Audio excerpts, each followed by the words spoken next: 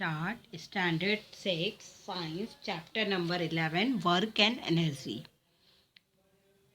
Student, आप हर चीज़ करते हो तब आपको एनर्जी लगती है। तो जो भी चीज़ आप कर रहे हो उसको हम क्या बोलते हैं? जो भी एक्शन आप कर रहे हो, you can do it, is called work. और उस वर्क को करने के लिए आप में को जो यूज़ करते हो आप, वो कहलाते हैं हमारी एनर्जी। और आज हमारा चैप्टर है वर्क एंड एनर्जी। अब ये देखिए, डिफरेंट डिफरेंट टाइप के आपको पिक्चर्स दिख रहे हैं। What action are seen in the picture? हर पिक्चर में एक अलग अलग एक्शन है। इसमें एक बच्चा टायर को स्टिक से कर रहा है, खेल रहा है। बैक हैंगिंग कर रही है। यहाँ पे वो हैमर से कील को मार रहा है। बच्ची है, इसको पुल कर रही है। ये इसको लॉक को उठा के लेके जा रहे हैं। ये तीर से मार रहे हैं। ये स्पंज को पुश कर रहे हैं। मतलब हर चीज़ में एक एक्शन लग रहा है और हर चीज़ में कुछ ना कुछ एक्टिविटी हो रही है। और एक्टिविटी के अंदर एक फोर्स हर में लग रहा है। विदाउट फोर्स आप कोई भी एक्शन एक्टिविटी नहीं कर सकते हो। In this various action in this picture has the object changes original position. आप देख रहे हैं ये जो टायर था पहले इधर होगा, इस बच्चे ने इसको स्टिक से पुश किया तो ये आगे की ओर बढ़ा। दैट मीन्स इस ऑब्जेक्ट ने यहाँ पे जो पोजीशन थी वो चेंज कर ली। ये गर्ल ने बैग नीचे था, उसको ऊपर उठाया। दैट मीन्स इस बैग की पोजीशन चेंज हो गई। यहाँ से इसने फोर्स अप्लाई किया बैग को उठाने के लिए और यहाँ से इसकी पोजीशन चेंज हो गई। तो यहाँ पे भी वर्क हुआ और उसकी एनर्जी भी यूज़ हुई। हैमर से ये कर रहा, तो इसका ये जो अगर वो मार रहा है बार बार तो ये चपटी हो जाएगी। दैट मीन्स इसकी पोजीशन भी चेंज हो जाएगी, उसका शेप चेंज हो जाएगा। ये बेबी इसको यहाँ खींच रही है तो ये आगे की ओर बढ़ेगा। इसने भी पोजीशन चेंज की है। ये लॉग उठा के लेके जा रहे हैं तो इनकी भी पोजीशन चेंज हुई है। दैट मीन्स हर एक्शन में उस जो ऑब्जेक्ट है उसकी पोजीशन चेंज हो जाती है। In the above picture, we see that the position of a some of the object has changed. Her picture में आप देख रहे हैं कि उसकी पोजीशन जो ऑब्जेक्ट की है वो चेंज हो रही है। That is this object are displace. आप देख रहे हैं हर ऑब्जेक्ट डिस्प्लेस हो रहा है, अपनी जगह से चेंज हो जा रहा है। When an object is displaced by applying a force on it, work is said to be done. कोई भी ऑब्जेक्ट किसी फोर्स के द्वारा अपनी पोजीशन चेंज करता है, उस केस में हम बोल सकते हैं कि वहाँ पे कुछ वर्क हुआ है। Work is said to be done. वहाँ पे कुछ वर्क हुआ है। Tyre sitting to an empty box, string to an empty box as shown in the picture. एक एम्प्टी बॉक्स को स्ट्रिंग के द्वारा टाई कर लीजिए। Pull the box through a distance of 10 meter along a straight line. उस box को आप 10 metre तक स्ट्रेट लाइन में लेके जाइए। Now fill the same box with 20 books. अब आप इसमें 20 बुक्स रख दीजिए। Pull the box again through a distance of 10 meter in a straight line. What was your experience this time? अब आप इसको फिर से 10 मीटर का डिस्टेंस करिए।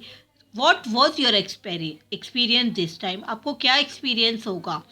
ये वाला बॉक्स आप इजीली लेके चले जाओगे, लेकिन जब आपका 20 बुक से फुल बॉक्स है उसको आपको ले जाने में टाइम भी लगेगा और एनर्जी भी ज़्यादा यूज़ होगी।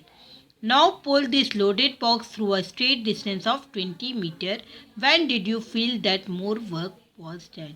आप ऐसा फील कर रहे हो कि आपको बहुत ज़्यादा वर्क लग रहा है इसको करने में, आपकी बहुत ज़्यादा एनर्जी यूज़ हो रही है। More work is done for the same displacement. ज़्यादा काम करना पड़ रहा है लेकिन डिस्प्लेसमेंट सेम है, बट वेट ज़्यादा है।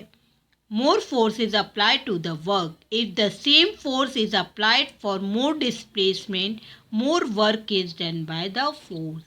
और सेम फोर्स यूज़ हो रहा है, लेकिन अगर डिस्प्लेसमेंट ज़्यादा है तो भी हमको वर्क करना पड़ेगा। Okay. In the above activity, which are the different force acting on the box? इसमें कौन कौन से डिफरेंट फोर्सेस लग रहे हैं? तो सबसे पहले वो बेबी इसको अपने हाथ से खींच रही है, दैट मीन्स मस्कुलर फोर्स लग रहा है। प्लस आगे तक ना खींच सके इसके लिए इसको रोकने के लिए फ्रिक्शन फोर्स भी यहाँ पे काम कर रहा है।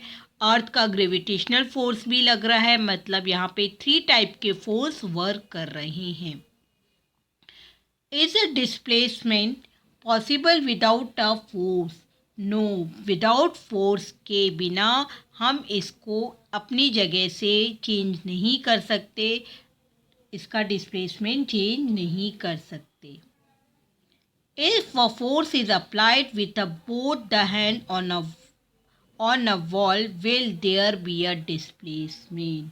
If force applied to both the box is same, then empty box will be displaced more than box with force. If no displacement occur on applying force, what does it indicate?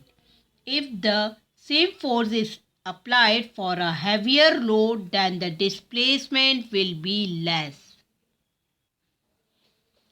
Let us try this. Take a pulley, fix it at a height, draw a string over the pulley, tie a load of 2 kilogram at one end. हमको एक पुली लेनी है, उसमें fix करना है कुछ height पे string के द्वारा एक 2 किलोग्राम का weight. Hold the other end of the stick and pull it downward to lift the load. हमको इसको अपने हाथों के द्वारा पुल करना है, खींचना है और नीचे की ओर डालना है। First up to a height of 1 metre and then up to height of 4 metre. पहले आप उसको 1 मीटर तक लेके जाइए और फिर 4 मीटर तक। When is more work done? कब आपको वर्क ज़्यादा लगेगा? When the applied force is the same, जब फोर्स सेम अप्लाई कर रहे हैं तो ज़्यादा वर्क डन होगा। When there is a greater displacement, ज़्यादा डिस्प्लेसमेंट की कंडीशन में। अदर वर्ड में हम कह सकते हैं कि जब भी वर्क को मेज़र करना है तो फोर्स और डिस्प्लेसमेंट दोनों को कंसीडर करना पड़ता है। अगर वेट ज़्यादा है, डिस्प्लेसमेंट ज़्यादा है तो फोर्स ज़्यादा लगेगा, और अगर वेट ज़्यादा है, वेट कम है और डिस्प्लेसमेंट कम है तो फोर्स उतना कम लगेगा। दैट मीन्स जब भी आपको अगर वर्क को मेज़र करना है तो फोर्स और डिस्प्लेसमेंट को कंसीडर करना बहुत ज़रूरी है। The relation between work and energy. क्या रिलेशन है वर्क एंड एनर्जी में? The boy in the picture has applied a force to the toy car. ये बच्चा अप्लाई कर रहा है फोर्स टॉय कार में। Work has been done because the force applied to the car has causes displacement. यहाँ पे work हो रहा है क्योंकि फोर्स के कारण ये जो कार है वो अपनी जगह से चेंज हुई है, डिस्प्लेसमेंट उसने कुछ किया है, दूरी तय की है। In other word, transformation of the boys energy into work has taken place through the applied force. और यहाँ पे बॉय की जो एनर्जी है उसको वर्क को करने में लगी है, किसके द्वारा? अप्लाइड फोर्स के द्वारा। Run around the ground with your friends. इसको can your friend run as many round as you can? Do all the friends have the same capacity for running? आप अपने ग्राउंड में 4 फ्रेंड के साथ run कर रहे हो तो आप देखते हो कि हर फ्रेंड की कैपेसिटी के अनुसार वो रनिंग करता है। Your friend will complete either more और less round than the number of round you complete. किसी को ज़्यादा राउंड में कंप्लीट करेगा और कोई कम नंबर के राउंड कंप्लीट करेगा। आपसे ज़्यादा और कम भी हो सकते हैं राउंड उसके। The number of round will not be the same. सबके राउंड सेम नहीं रहेंगे। Some will be get tired on complete 2 round. कुछ लोग 2 राउंड कंप्लीट होने में भी टायर्ड फील करेंगे। और other will get tired on complete 3 और 4 राउंड। और कुछ 3 से 4 राउंड कंप्लीट हो जाएंगे, उसके बाद टायर्ड फील करेंगे। आपका हो सकता है आप 5 राउंड भी कर सकते हैं या 4 भी कर सकते हैं। That is to say each one is capacity to complete round is not the same. हम इस तरह से बोल सकते हैं कि हर किसी की कैपेसिटी अलग होती है। You can complete only as many round as you have the capacity for. आप उतने राउंड कंप्लीट करोगे जितनी आपकी कैपेसिटी है। The capacity to do work is called energy. Capacity जो वर्क को करती है वो कहलाती है एनर्जी। राइटिंग का भी है, अगर आप कुछ बच्चे 2 पेज लिखते और टायर्ड फील करते, थक जाते, बट कुछ उतने ही समय में 4 पेज लिख लेते, कुछ उतने ही समय में 6 पेज लिखते। सबकी स्पीड भी अलग रहती है, सबका एनर्जी भी अलग रहता है। वर्क उसमें सब सेम वर्क ही कर रहे हैं, कंप्लीट कर सबको करना है, बट किसी को ज़्यादा समय लगेगा, किसी को कम समय लगेगा। Use your brain power. Why do you get hungry after physical exercise. आपको फिजिकल एक्सरसाइज करने के बाद भूख क्यों लगती है? When we do the physical exercise, we use the energy stored in the body. जब हम फिजिकल एक्सरसाइज करते हैं तो हम जो हमारी बॉडी में स्टोर्ड एनर्जी है उसका यूज़ करते हैं। And to replenish the energy we have to eat. और हम जैसे ही कुछ खाते हैं तो हमारी जो बॉडी में दोबारा एनर्जी प्रोड्यूस होने लगती है, इस कारण हमको हंग्री भूख लगती है। Second is from where does our body get energy. Our body के हमको एनर्जी कहाँ से मिलती है? फूड से। तो our body gets energy from the food we eat. हमें एनर्जी कहाँ से मिलती है? जहाँ फूड से, जो कि हम खाते हैं।